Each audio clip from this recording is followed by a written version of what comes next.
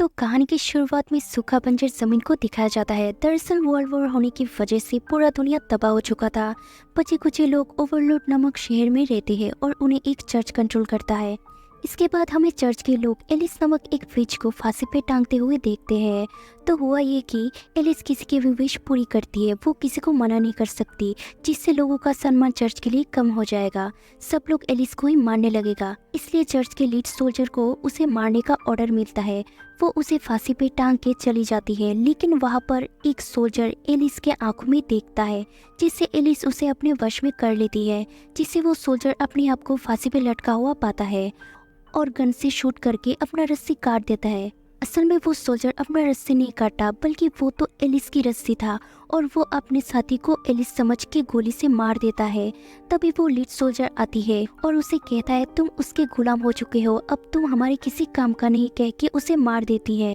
और वो अपने बाकी सोल्जर्स के साथ एलिस को ढूंढने लगती है। एलिस सबकी खात्मा करके उस लीड सोल्जर को फांसी पे टांग के यहाँ से चली जाती है।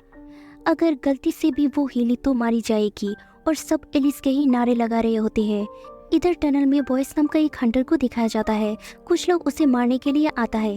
इनमें से एक जब बॉयस का बंदूक उठाने जाता है, बॉयस का पालतू सांप उसको डस लेता है और बॉयस बाकियों के ऊपर फायर करता है। यहाँ पे सीन कट होके एलिस को अपने घर पे दिखाया जाता है, एक बूढ़ी औरत के साथ, जो एलिस के साथ रहती है। थोड़ी देर बाद एलिस से मिलने इस शहर की क्वीन आती है अपने कुछ खास गार्ड जेरिस के साथ। क्वीन एलिस से एक विश मांगती है, वो वेयरवुल्फ बनना चाहती है, जिसके लिए एलिस को भारी कीमत भी देती है, जो कि एलिस किसी को ना नहीं कहती। एलिस क्वीन से फुल मून तक का टाइम मांगती है। लॉसलैंड से किसी शिफ्टर मार के उसकी शक्तियाँ क्वीन को देगी। थोड़ी देर बाद जेरिस आता है। वो एलिस को एक बेशकीमती घड़ी देता है और उससे एक विश मांगता है कि क्वीन का काम ना करे, क्योंकि जेरिस क्वीन से प्यार करता है और उसे लगता है क्वीन ये गलत कर रही है। एलिस को ना चाहते हुए उसका बात मानना पड़ा। इसके बाद एलिस अपने पावर्स की मदद से देखती है कुछ लोग वेयरवुल्फ को मारने के लिए आते हैं और सब लोग वेयरवुल्फ के हाथों मारे जाते हैं। यहाँ से सीन शिफ्ट होता है क्वीन के ऊपर और साथ किंग को भी दिखाया जाता है, जो कि बहुत बूढ़ा है। हालांकि क्वीन को किंग बिल्कुल भी पसंद नहीं, वो उसे भला बुरा कहती रहती है। इसके बाद फ्लैशबैक में दिखाया जाता है क्वीन का बॉयस के साथ अफेयर है। तभी कुछ गार्ड वहाँ पर आ जाता है, बॉयस सबको मार के यहाँ से चला जाता है। इधर प्रेजेंट में एलिस एक बार में जाती है बॉयस से हेल्प मांगने। पहले तो बॉयस उसे इग्नोर करता है। एलिस जब उसे पत्ते में हरा देती है तब बॉयस उसे बात करता है। पैसों के बदले में लॉसलैंड जाने के लिए बॉयस तैयार हो जाता है, क्योंकि बॉयस को ये पता है स्कल रिवर के बारे में, जहाँ पर वो शिफ्टर रहता है। तभी वहाँ पर चर्च के लोग आ जाता है, उन लोगों के ऊपर हमला करने की कोशिश करता है। इसी दौरान बॉयस का पालतू सांप को भी वो लोग मार देता है। फिर बॉयस और एलिसिया से भाग जाते हैं लॉसलैंड्स के लिए।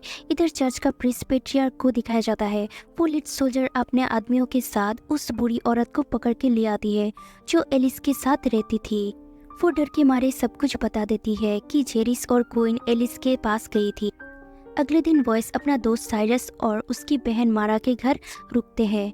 इधर वो लीड सोल्जर अपने साथियों के साथ ट्रेन से जा रहे एलिस को पकड़ने के लिए।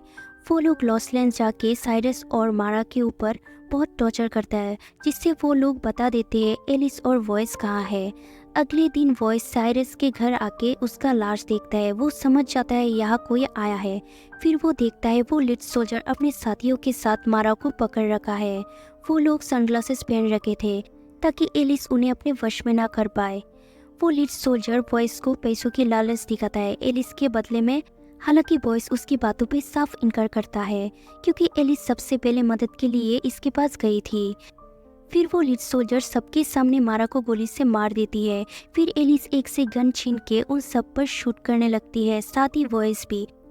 फिर भी ये दोनों काफ़ी नहीं था इन सब के लिए, क्योंकि बहुत सारे सोल्जर्स थे। फिर वो लोग भागते हुए उस केबल बस से भागने की कोशिश करते हैं, लेकिन वो लोग उस केबल को काट देता है। वो लोग खाई में गिरे उससे पहले वो लोग उस चट्टान के ऊपर चढ़ने की कोशिश करता है। इधर वो लीड सोल्जर वॉइस के ऊपर स्नाइपर से शूट करता है। जब दूसरी बार वॉइस को मारने की कोशिश कर एलिस लेंस के जरिए उस लीड सोल्जर को वश में कर लेती है, जिससे उस सोल्जर्स को चकमा देके यहाँ से गायब हो जाते हैं। वॉइस को एक गोली लगने की वजह से गोली निकालने के बाद एलिस उस पर टाके लगा देती है। इधर हमें पता चलता है क्वीन प्रेग्नेंट है और वो किंग से कहती है इस बच्चे का बाप वॉइस है। ये कह के किंग को मार देती है। अगले दिन वॉइस और एलिस ऐसी जगह आ जाते हैं जहाँ पर बहुत सारे मॉन्स्टर्स रहते हैं। रात हो जाती है। वो लोग सिर्फ आग से डरते हैं। वो लोग अपने चारों ओर आग जला देते हैं, लेकिन वो क्रिएचर्स इतना ताकतवर था कि उड़ते हुए अंदर आ जाता है। एलिस अपने तलवारों से उस क्रिएचर का काम तमाम कर देती है। तभी ऊपर से उन लोगों का किंग आता है। वो एलिस को कहता है तुम्हें यहाँ पर नहीं आना चाहिए था। एलिस उसे हिप्नोटाइज कर लेती है और अपने इल्यूशन से उन सबको मार देती है। थोड़ी देर बाद वॉइस एलिस से कहता है वो मॉन्स्टर तुमसे बात करते हुए सुना। इसे एलिस कहती है वो काफ़ी पहले से मुझे जानता है। यहाँ इसी जगह में खजाना छुपा हुआ है। अपर शक्ति है यहाँ। एक आदमी मेरे पास आया था शक्ति पाने की लालच में, तो मैं उसकी मदद की, लेकिन ये जगह बहुत जहरीला है जिससे इसे और उसके साथियों को ऐसा बना दिया। और एलिस इस बात का पछतावा भी करती है। मुझसे किसी को मदद नहीं मांगनी चाहिए क्योंकि वो एक श्रापित विच है। वो किसी को मना नहीं कर सकती। अब वो लोग स्कल रिवर पहुंच ही रहे होते हैं। ट्रेन की पटरी हिलने की वजह से वो समझ जाते हैं पेट्रियर्क के सोल्जर यहाँ तक पहुंच चुके हैं। एलिस एक प्लान बनाती है। ट्रेन की पटरी से भाग रही होती है और वो ट्रेन एलिस को मार दे उससे पहले वो देखती है ब्रिज तो आगे टूटा हुआ है। ट्रेन इतना तेजी से आगे आ रहा था, ब्रेक लगाने से भी कोई फर्क नहीं पड़ता। आगे एलिस जंप करती है। नीचे लटका हुआ वॉइस उसे पकड़ लेता है और वो ट्रेन जिसमें पेट्रियर्क के सारे सोल्जर्स थे खाई में गिर के सारे मारे जाते हैं। इधर क्वीन जेरिस को अपने करीब करते हुए पेट्रियर्क को मारने का ऑर्डर देती है। जेरिस अपने सोल्जर्स के साथ पेट्रियर्क और उसके बाकी साथियों को मार देता है। इधर वॉइस एलिस को लेके स्कल रिवर पहुंच जाता है जहां पर बहुत सारे लोगों का कंकाल पड़ा हुआ था जो इस शेप शिफ्टर को पकड़ने आया था। इसके बाद एलिस चांदी के अंगूठी पहनती है। आज फुल मून है। आज वो शेप शिफ्टर यानी कि भेड़िया का रूप लेगा। वॉइस बार बार एलिस को यहाँ से जाने को कहता है। कुछ ही देर में वॉइस एक भेड़िया में तब्दील हो जाता है। एलिस उसे हिप्नोटाइज करती है। वॉइस को बहुत सारे पंछी और एक बड़ा पंछी दिखाई देता है, यानी कि ये एलिस की इल्यूशन है। वो चांदी के नाखून से वॉइस के ऊपर हमला करती है क्योंकि ये शेप शिफ्टर के लिए चांदी जहर है। जब चांद बादलों में छुप जाता है वॉइस फिर से इंसानी रूप में आ जाता है। वॉइस एलिस से प्यार करने लगा था। वो एलिस के साथ रहना चाहता है। चांद बादलों में छुपे तक एलिस उसे आराम करने को कहती है। थोड़ी देर बाद जब वॉइस का होश आता है वो अपने आप को जंजीरों से बांधा हुआ पाता है।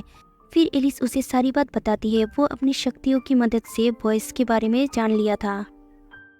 वो जब वॉइस के हाथ में टाके लगा रही थी तब वो उसकी बॉडी के अंदर चांदी का सिक्का डाल दिया था उसे कमजोर करने के लिए। इसे वॉइस कहता है मुझे मार क्यों नहीं दिया। इसे एलिस कहती है मारने के बाद कोई शक्ति नहीं बचती। ये कह के उसे मारने ही वाली थी। वॉइस उससे एक विश मांगता है कि एलिस हमेशा उसके साथ रहे। फिर वो मान जाती है। तभी चांद बादलों से बाहर आ जाता है। वॉइस अब एक शेप शिफ्टर का रूप ले लेता है। एलिस उसे मार के शेप शिफ्टर का खाल लेके महल जाती है और उसका खाल जेरिस के हाथ देती है और कहती है रात खत्म होने से पहले अपना खून इसमें लगा के पहन ले, जिससे शेप शिफ्टर का सारी शक्तियाँ क्वीन के अंदर आ जाएगा। इसे जेरिस कहता है मेरा विश तो पूरा नहीं हुआ जो मैं इस काम को ना करने के लिए कहा था। अब एलिस कहती है तुम्हें क्वीन चाहिए था पर तुम्हें तो वो मिल गई। तुम दोनों के बीच में क्वीन के बच्चे का बाप वॉइस आ रहा था, उसे रास्ते से हटा दिया। ये कह के वो यहाँ से चली जाती है। इसके बाद जेरिस क्वीन के पास जाता है। जब क्वीन को पता चलता है वॉइस की मौत के पीछे जेरिस का भी हाथ है, वो अपने बालों से एक चाकू निकालती है। फिर जेरिस के ऊपर चाकू स्टेप करके उसे मार देती है। क्वीन वॉइस की मौत से बहुत टूट चुकी थी। इधर शहर में एलिस आने की खुशी में चर्च के खिलाफ लोग आपस में प्रोटेस्ट कर रहे थे क्योंकि चर्च वाले उन सबको अपना गुलाम बना रखा था। महल के अंदर घुस के लोगों को मारने लगा। फिर क्वीन अपना जान बचा के यहाँ से भाग जाती है। फिर अगले दिन शेप शिफ्टर की खाल में सूरज की रोशनी गिरने की वजह से आग की तरह हवा में चला जाता है। अब अगला सीन में हम देखते हैं एलिस के सामने वॉइस आता है क्योंकि वॉइस का जान उसकी खाल में था जो क्वीन ने नहीं पहनी थी, जिस वजह से वॉइस जिंदा हो जाता है। तो एलिस उसे कहती है मैं जानती थी क्वीन तुमसे प्यार करती है और तुम चाहते थे तुम जिसे प्यार करो वो तुम्हारी तरह ताकतवर हो। इसके लिए क्वीन मेरे पास आई थी शेप शिफ्टर की शक्ति के लिए और जेरिस क्वीन का काम ना होने के लिए मेरे से विश मांगा था। मैं जानती थी क्वीन की वजह से क्रांति आएगी और वो तुम्हारी खाल कभी नहीं पहनेगी और ये भी जानती थी तुम जिंदा रहोगे, जिससे तुम तीनों का विश पूरा होता है। इसके बाद वॉइस और एलिस एक साथ हो जाता है और आगे वो दोनों हंटिंग के लिए जाते हैं और इसी को दिखाते हुए इस मूवी का एंड हो जाता है।